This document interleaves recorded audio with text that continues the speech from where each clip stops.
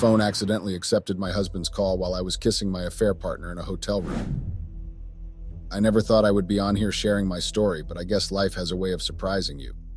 I honestly need an opinion on what to do because I feel like I have ruined my marriage.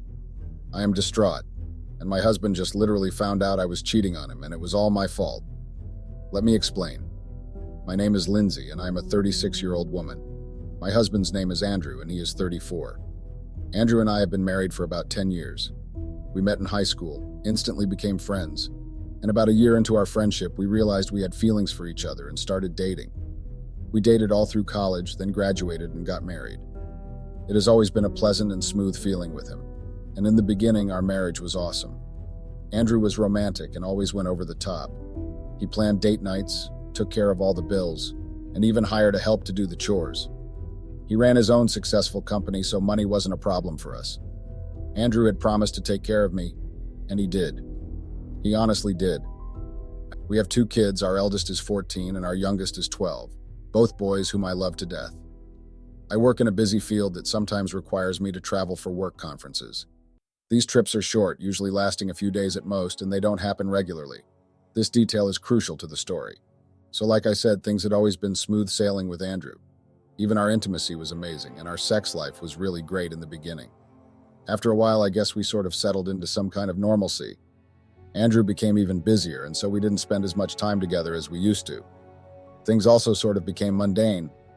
Intimacy became kind of routine, and we didn't even engage in it regularly. Andrew's constant romantic gestures, while sweet, started to feel repetitive and boring. Don't get me wrong, I appreciated his efforts, but the spark we once had seemed to have died. It felt like we were going through the motions, and I wanted something more exciting. At this point, my job had also become monotonous. What was once thrilling and engaging had become dull and routine. I wanted excitement in my life, something to break the cycle of mundanity. It wasn't that I didn't love Andrew or appreciate all he did for our family. It's just that I needed something new, something exciting to make me feel passionate again. It was incredibly frustrating that my job had become so mundane.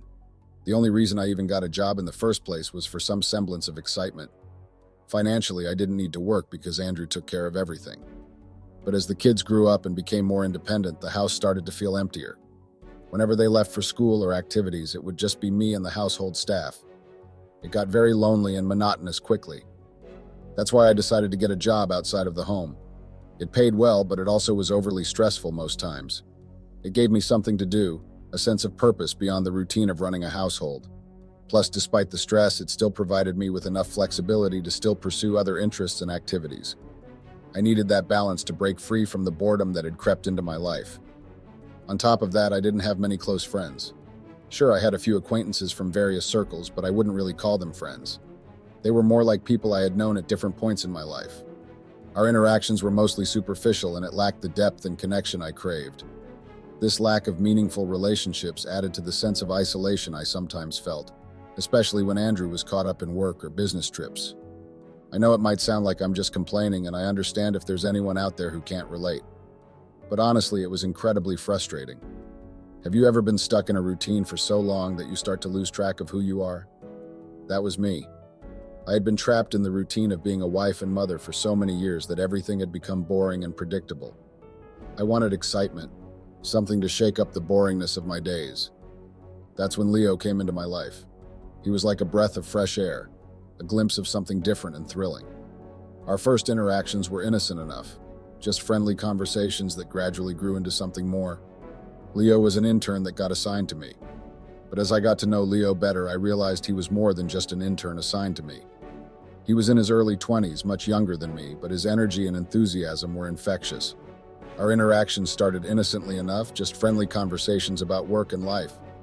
Leo had this natural charm that drew people to him, including me. He was charismatic, funny, and had a sense of adventure that I found incredibly appealing. What struck me most about Leo was his willingness to go the extra mile.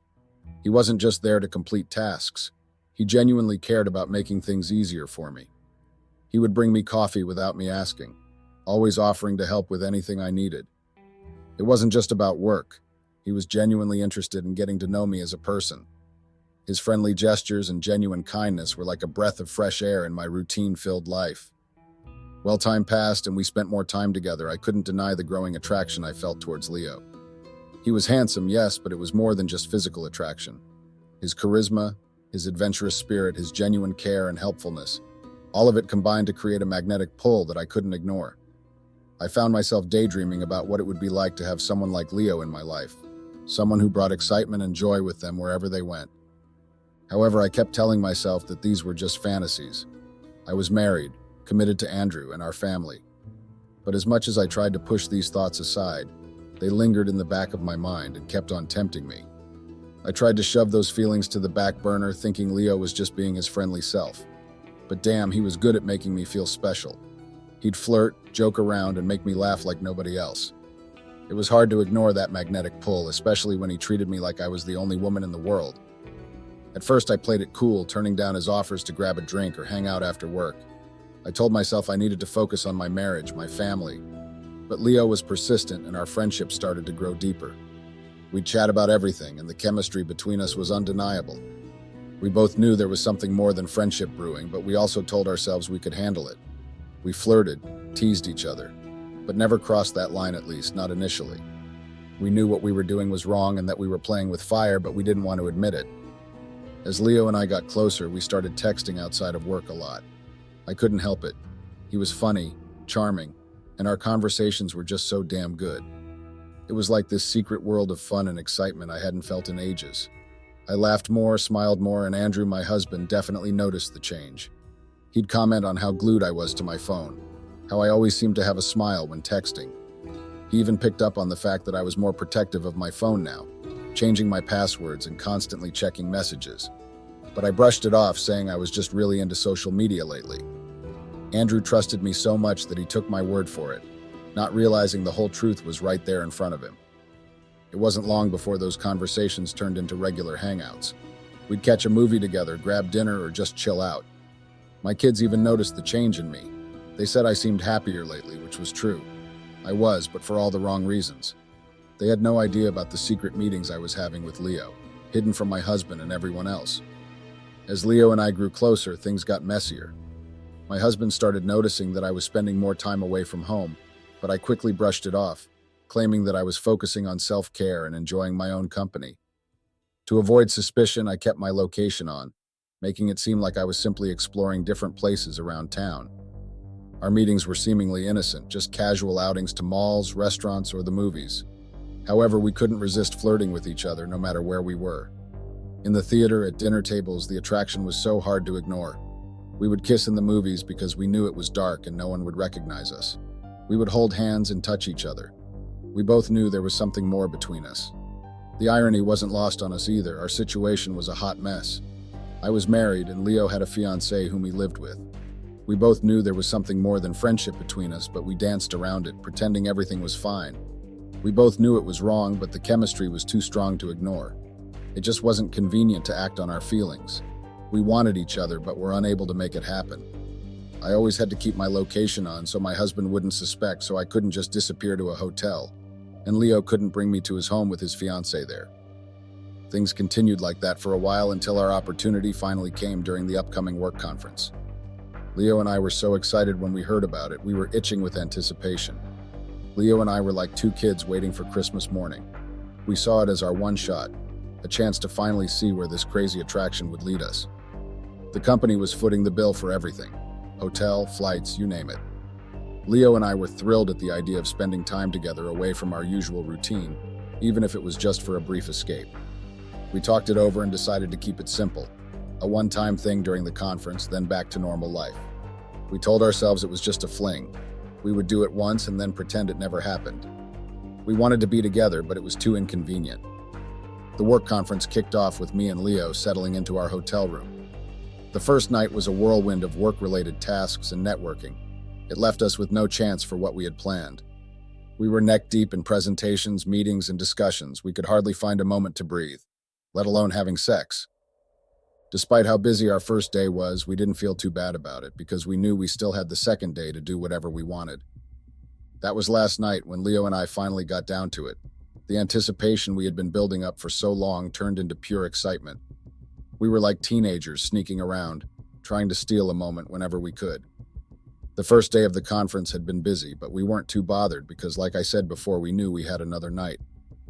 When we got back to our hotel room after the day's work, we wasted no time.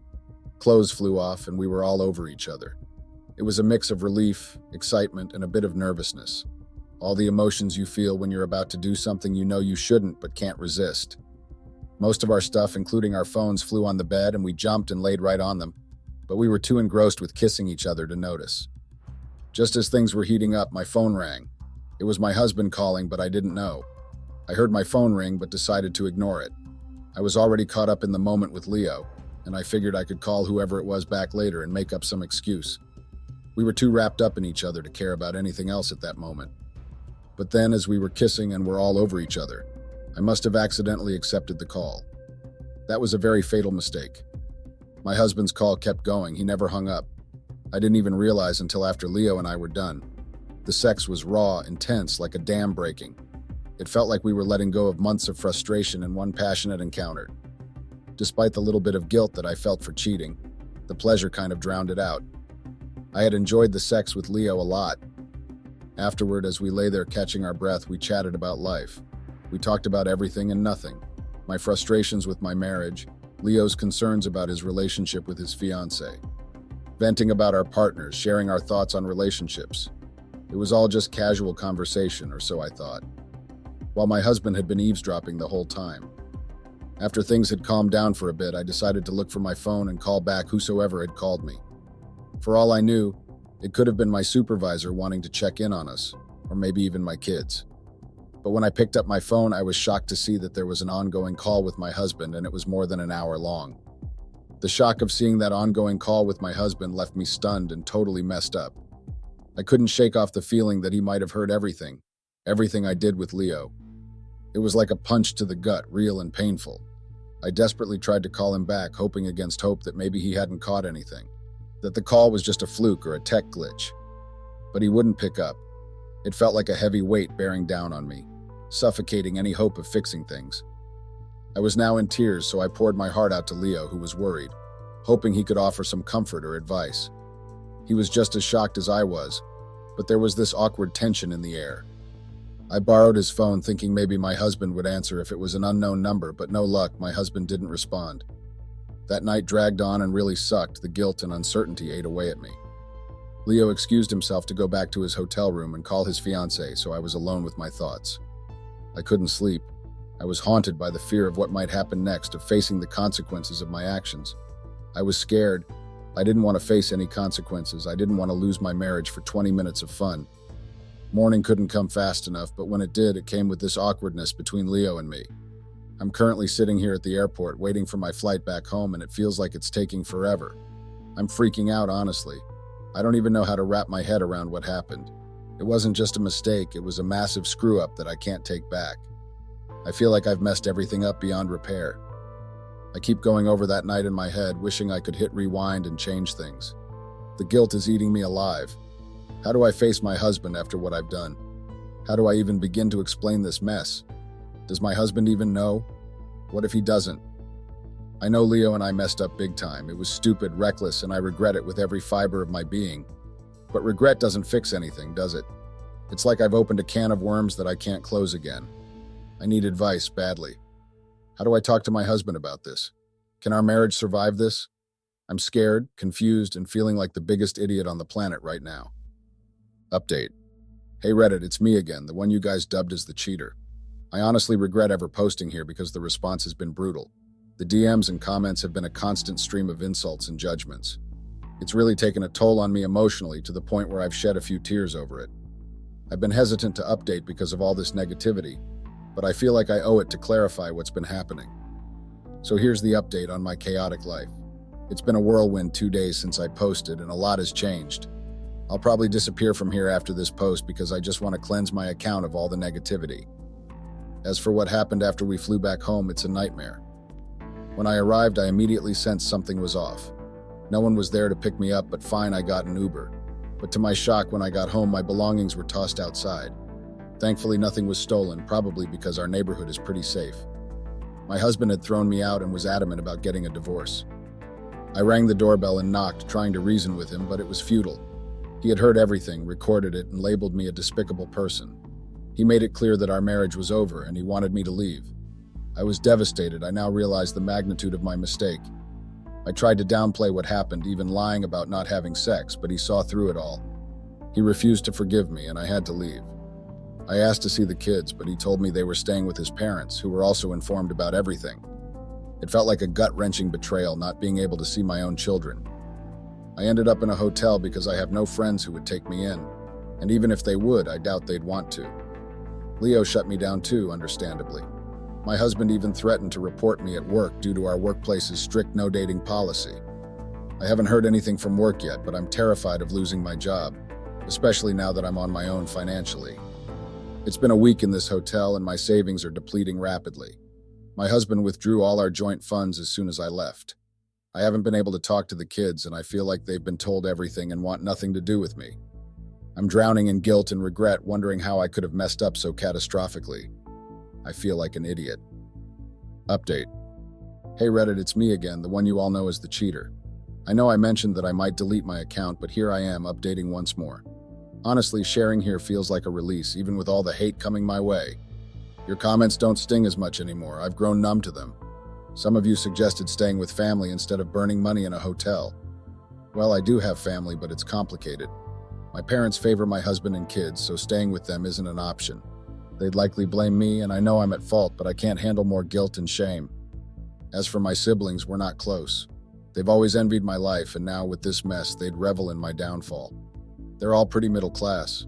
I was the only one that married someone wealthy. I'm even surprised that my husband hadn't told them what I had done yet, but maybe he did, and they don't want to even talk to me. The HR department wasted no time. They've called me in for a meeting. I know what's coming. Questions, scrutiny, and likely termination. It's a blow, but I'll bounce back. Money matters, but my pride and sanity matter more. I've been served divorce papers confirming what I already knew. My husband isn't taking me back. It's painful, losing everything built over years due to one mistake. My kids are angry, rightfully so, but at least we're talking again. They know the truth, but my husband didn't tarnish me completely in their eyes. I'm sorry if this sounds so crazily written, I just wanted to get it all out. Thanks for reading and for the few supportive comments amidst the chaos. Update. Hey Reddit, it's me again. I just had a mini update I wanted to share. As many of you predicted, things didn't go well at work. I was summoned to HR and they laid out how I violated a strict workplace rule by getting involved with Leo. It was a surreal experience. I zoned out 90% of the time. I was mentally prepared for the outcome before they even started talking. They mentioned possible termination, and then they dismissed both Leo and me. Now here's the interesting part. If I end up losing my job, Leo could lose his internship too. Some might say it's harsh, but he played a role in this mess too. I didn't act alone, and he shouldn't get off scot-free. I've been toying with the idea of reaching out to Leo's fiancée. It's not to spite him, but more so that I'm not the only one facing consequences alone. It's a bit of a vindictive thought, I'll admit. Maybe I'll search for her on Facebook and drop her a message. This whole situation has sparked this idea, and I'm seriously considering it. Update. Reddit, this week has been a roller coaster, or maybe a flatline. I'm not sure which fits better. I can't decide which. A few things went down, but it wasn't exactly off the charts crazy. First off, I got the boot from my job. HR dropped the bomb with an email, which was pretty low if you ask me.